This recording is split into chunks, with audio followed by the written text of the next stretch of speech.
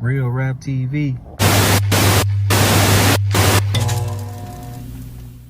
We got a special guest, entrepreneur, writer, director, actress, two-time author, and film producer. We got Cheyenne Martin. Hey, how you doing? I'm great. How are you? I'm doing good. First, I want to thank you again for taking the time out your day to talk with me. We really appreciate it. So we're gonna start to the beginning down to your accomplishment. Okay, Okay. great. We're gonna start from the beginning. So you was born in Pittsburgh? I was born and raised in Pittsburgh, Pennsylvania, the Okay. home of the Steelers. Okay. Now how was it in Pittsburgh? Um, if you can make it in Pittsburgh, you can make it anywhere. So Pittsburgh is kind of like on the lines of New York. It's gritty, but it's real. It's a hustling city. I mean, everybody's hustling. Everybody's hustling. So it's a beautiful, ugly city. That's my opinion. Okay, okay. Yes, it sounds similar to Chicago. Same root and Okay. so you was raised by your mom in a one parent home, correct? Yep, I was raised by my mom and my grandmother. Okay. How was that being in a one single home with your mom and grandma? I mean, it was cool. It was cool. And then unfortunately, some things happened, and my mom ended up going to jail.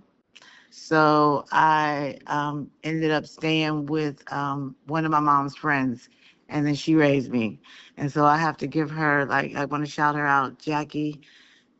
She gave me everything, as far as being a independent woman, a woman that's solid and polished character. She taught me a lot. So I moved in with her when I was like 11. Okay. Shout out to Jackie. Now you said Pittsburgh, so that's close like near New York, correct? Yep, not far from New York. Okay, so I gotta ask you, what music y'all got into in Pittsburgh? We got some musicians that came out of Pittsburgh. We got Wiz Khalifa. We had we had this one. We have George Benson. Let me see. There's some people that came out of Pittsburgh. Okay, I can't okay, remember them all right now, but okay. yeah, we got some people that came out of Pittsburgh. If you had a top five, if you could pick who was your like favorite artist to listen to? Growing up, let's see. Definitely gonna say Prince. I Okay. love Prince. Love Prince. But does this have to be someone from Pittsburgh? No, nope. I know it was Prince. Definitely Michael Jackson. Let's see, who else? Trying to think what I listened to when I was younger. I know I listened to Prince a lot. Oh, Janet Jackson. Oh yeah. Love Janet Jackson. Okay. That's when I was younger. So love Janet Jackson.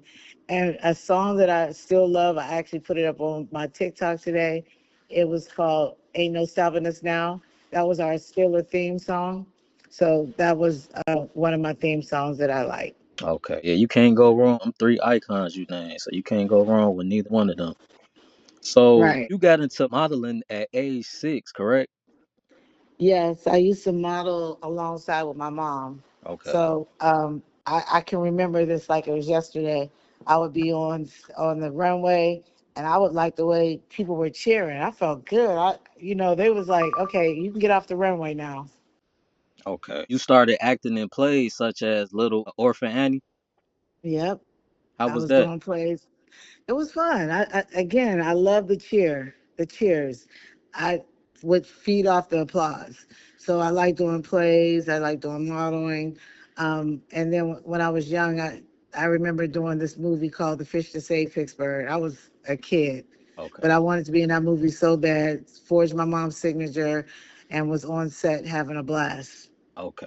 So and got paid. that's what's up. Okay, and then following that, you also competed in talent shows, right? hmm Okay. Winning all the time. Okay. Okay. That's what's up. So then going forward, you left Pittsburgh to Los Angeles to go after your dreams, which was being an actress, correct? Okay. So I came out here. How was that? It was challenging. I came out here with big dreams, and when I first came out, I knew what I wanted to do, but it didn't work as easy as I thought it would work. Okay. But things started falling to fruition, and I started doing extra work, and that's how I got on Martin. And then I started. They just kept booking me for Martin, and L Cool J had a show called In the House, and I would do like regular stuff on the soap opera, which was Bold and Beautiful. So I used to be on there all the time. Okay. Going back to your mom, you said your mom encouraged you to express yourself, correct? Always. Okay, so that gave you the motivation to chase your dreams and keep going and elevating, right? Mm-hmm. Okay. Always. Okay. So then when you went to Los Angeles, you began working for legendary Barry Gordon of Motown Records, is that correct? Yes, that's when the doors started opening. I interviewed. It was 700. And I'll never forget this. 769 people who interviewed for this, who applied for the job, and I think they interviewed like 100. But out of that 100, I got the job, not because I was qualified, but because I came in with a hustling attitude. I didn't know how to type. That was the first thing. I didn't know anything about anything, but I knew I wanted the job, so I talked my way into that job. Mm. Yeah, got the job, came to work on Friday, came in the whole weekend and taught myself how to type. By Monday, I was typing 50 words a minute. Oh yeah, that's that hustling mentality. Mm-hmm. That's what's up. So Barry Gordy, I thought he was based in Detroit. So how did that come across when you went to Los Angeles? How did you get in tune with Barry Gordon if he was based in Detroit? Did he move in LA as well? How did that work? Yes, yes, he had an office, 6255 Sunset Boulevard. He still has the same office is still there. That's where Motown and Jobet Publishing is. Okay, that's legendary. You also worked at Fox News, correct? Yep, I worked at Fox News for a while. Uh, I worked at Fox News when the whole thing was going on with O.J. Simpson. Okay. Dang, that's what's up. How long you was at Fox News? I was there probably for like about a year. Okay, for a And then year. I wanted to move on because I wanted to, at that point, start getting into acting. Right, So exactly. So before we get to your acting, so you started working for the late great rapper Heavy D as a personal assistant. I sure did. How was that? Rest in peace to him. How was that? It was great. I started working with Heavy when he was doing the album Blue Funk. I actually met him through Mr. Gordy because we were doing Motown 30. So he Mm, was one of the acts that I had booked for Motown 30. And I used to see him out at clubs sometime. And after Motown, we became cool.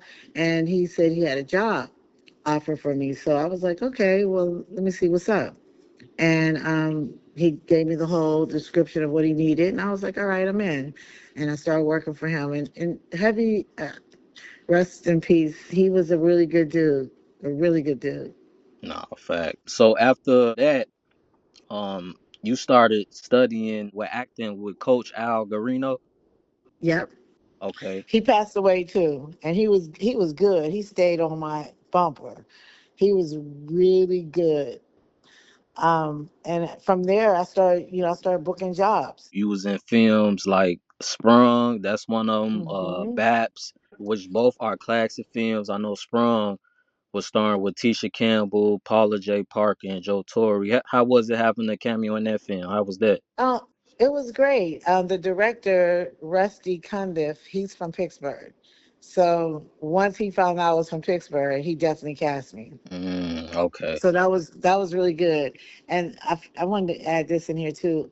Michael Bivins, I met Michael Bivins when I was working at Motown, and he tried to get me to quit to come work for him when he started his label.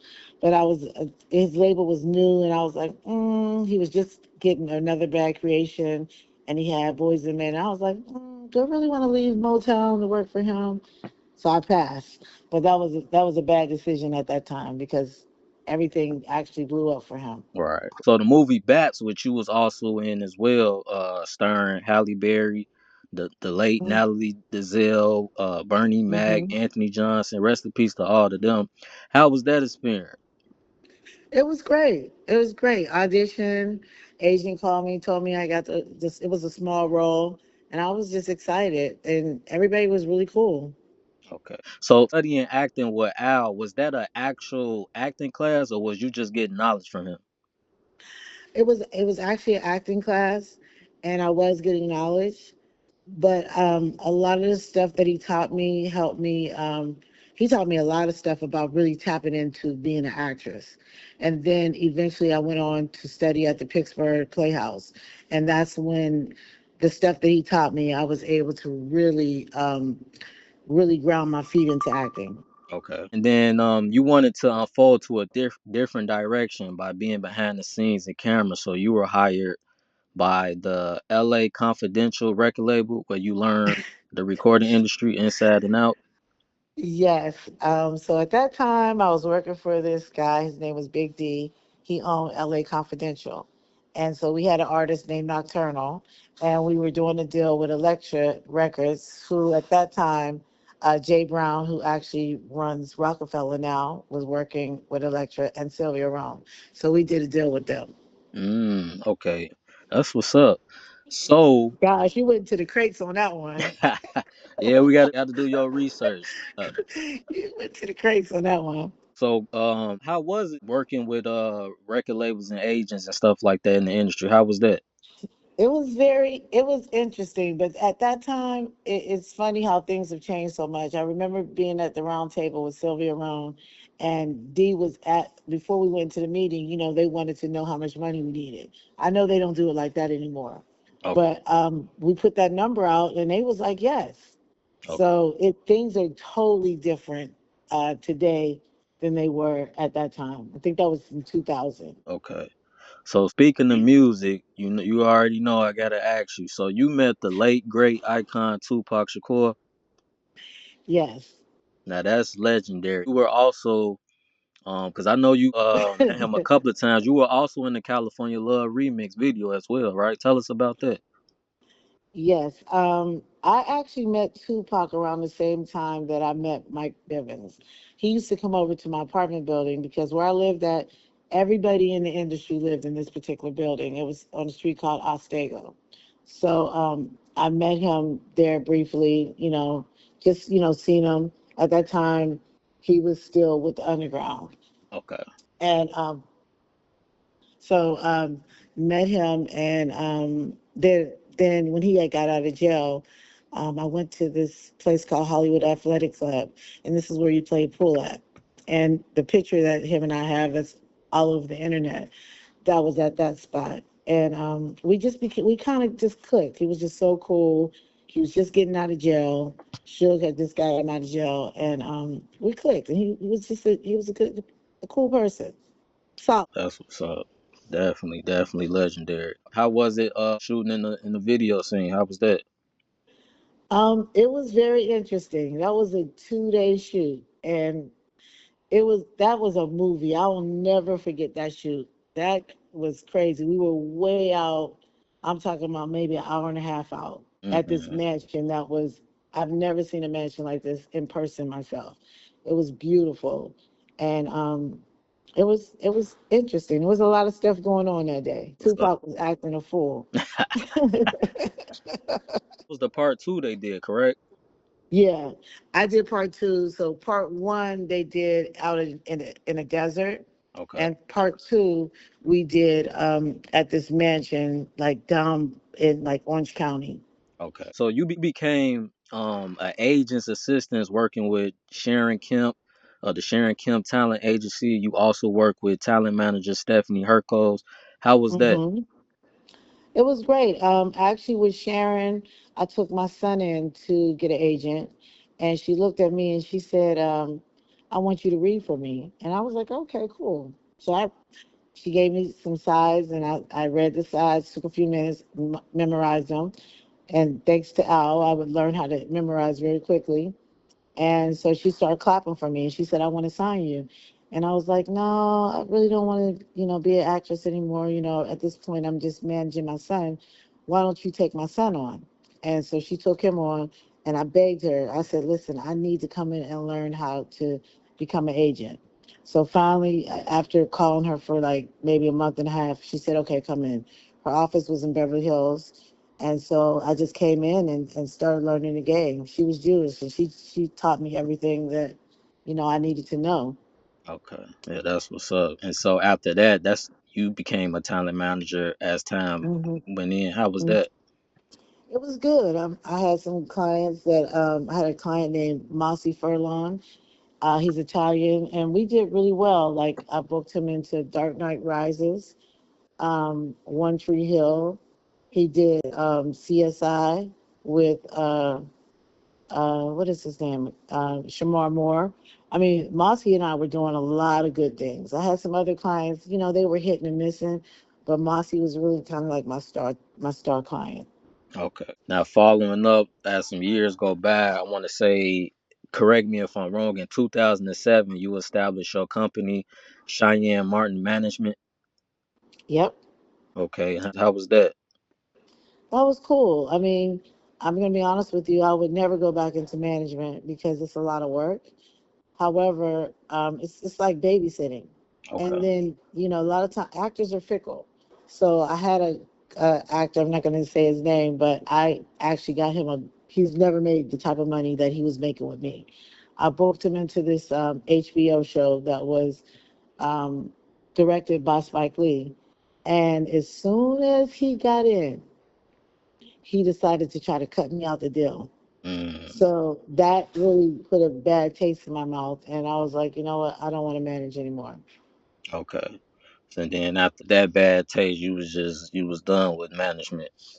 I was done. Okay. And so I want to say a couple of years forward, 2014, you became executive producer for the film I Mistress, missed it. a mistress. Hmm. Okay. What is that movie about? We actually filmed most of our movie at my house.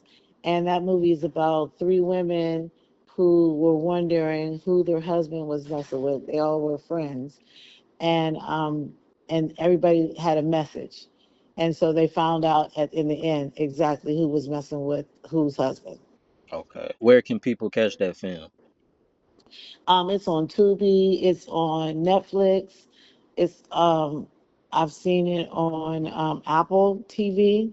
Okay. So it's still. Oh, and it's also we just did a deal with All Black. So All Black just licensed it like maybe about 6 months ago. Okay. A little after that, you launched your film company, Emerald City Entertainment, which Yep, Emerald City Entertainment. which dropped a TV series developed about a 16-year-old girl who becomes a major drug dealer in Pittsburgh, Yeah. which So which is your hometown. How was that project? right now I'm still trying to pitch the project, but it's loosely about my life.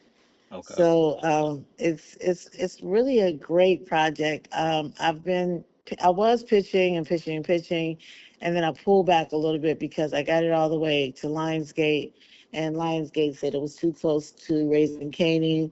I got it to Netflix, and everybody was like, "Oh, it's too close to that." Da, da, da, da, da. Well, you know what? Now all these other shows have stopped. I'm about to start pitching again, so hopefully somebody will pick it up, or I'm just going to put my own money into it and shoot it myself. Yeah, I heard that. And you said the character is based off of you or someone you know in Pittsburgh.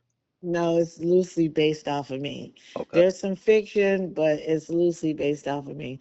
People look at me and they have a whole different perception, but they if they only really knew. Exactly. And speaking of Pittsburgh, you officially declared the Cheyenne Martin Day in the city of Pittsburgh. Yes.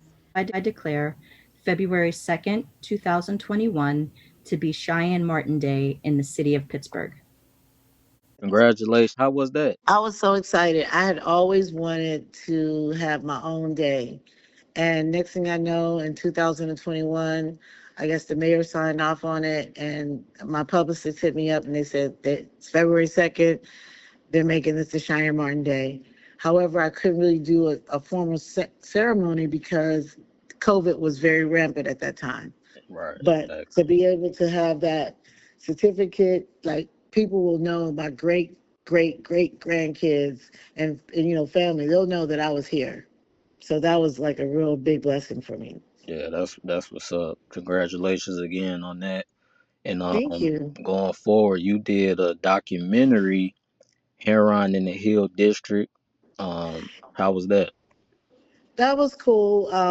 We shot some stuff, and right now I'm just in the early parts of post production, so that's going to be very interesting. I mean, because you wouldn't. understand how there's like functioning heroin addicts, and then and there's some that go to work every day. You would even it's there's white people like business people that are functioning heroin addicts, and you would never know. Right. So it's a story inside itself.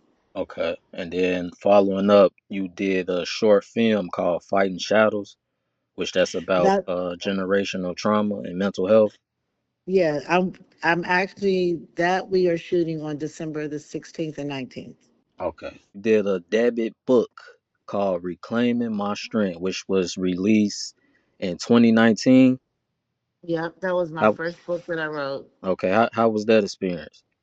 It was good. It was just kind of talked about. I had some health challenges that are actually hereditary. I have an autoimmune disease called rheumatoid arthritis, and it just crept up on me when I wasn't expecting it, and I felt like my body was betraying me. So I decided to write that book, and at that time I was in a really difficult relationship, and I think that added to a lot of stress. So even though I was going through all of that stuff, I still was able to do my turkey drives. I was still giving back. I was still working. I was still grinding. So that's why the book was called Reclaiming My Strength. Okay, that makes a lot of sense. Now, following up with your latest book, you did a children's book that dropped this year called Bella's Brave Adventures. Tell us about that and where can people I'm purchase your book? so I'm so proud about that book because the first book I did, it did okay, but this book, it's like doing numbers.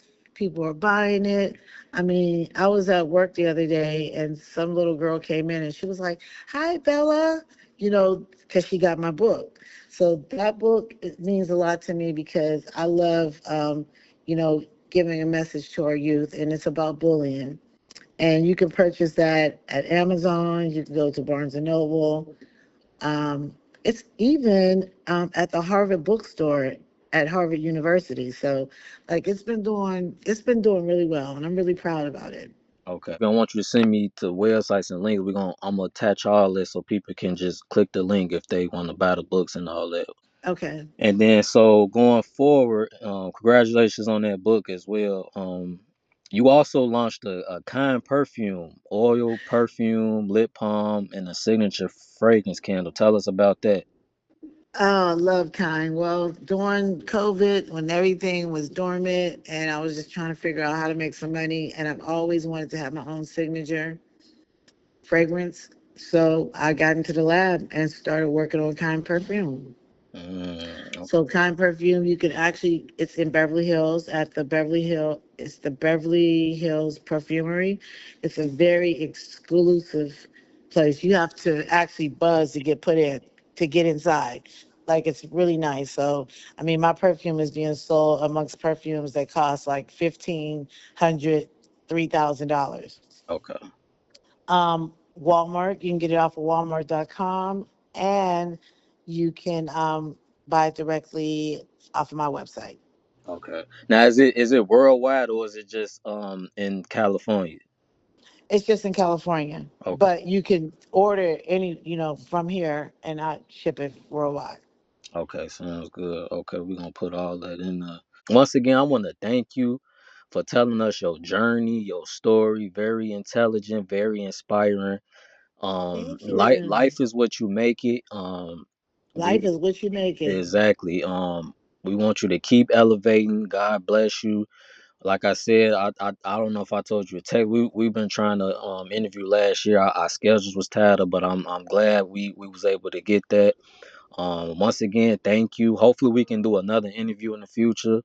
Um, Yes, in person, because I didn't exactly, get a chance to tap that much into Tupac, but Tupac was exactly, one of the realest men man. I've ever met. Man, that man's still working. He been gone for 3 decades, and that man's still getting brought up. Okay, I got a lot to say about him. Like I said, he was solid and he was intelligent, but he had been through a lot. And nobody knew that he would see the psychic. Yeah, talking about the psychic. You would have thought that he was older than that. And the other thing is that he went through when he went to the Rankers Island in jail, he went through a lot. Like I remember like at night he would be sweating and shaking. I was like, what the hell happened up there? Like, what? He was, he went through a lot. Yeah, he did. He did. And I feel like a lot of people didn't understand what people thought he was just crazy and ignorant, but the whole time he wasn't paranoid. He knew what he was talking about, and he clearly explained the things. Because what people don't understand, life, you go through things, and when things happen to you, they just think, oh, you're gonna be the same. And they felt like he was portraying a role, and that was never the No, truth. far from the truth. Exactly. People don't realize at that age he was going through so much with being robbed, being shot at, being portrayed by his closest friends, and they didn't understand going to jail, falsely being accused for sexual assault. Just it's all you got to put all that together at that He young went through. age. He went through a lot. When I say I was there, I was in the studio with him, Johnny J, when he was working on All Eyes on Me, and that's how we ended up. He had called me and said, "Hey, come." I would go to the studio and hang out with him. It was in Reseda, and then one day he was like, "Come meet me at Venice Beach," because I'll be like, "Look, I can't hang out with you today. I have auditions," and he'd be like, "Fuck that."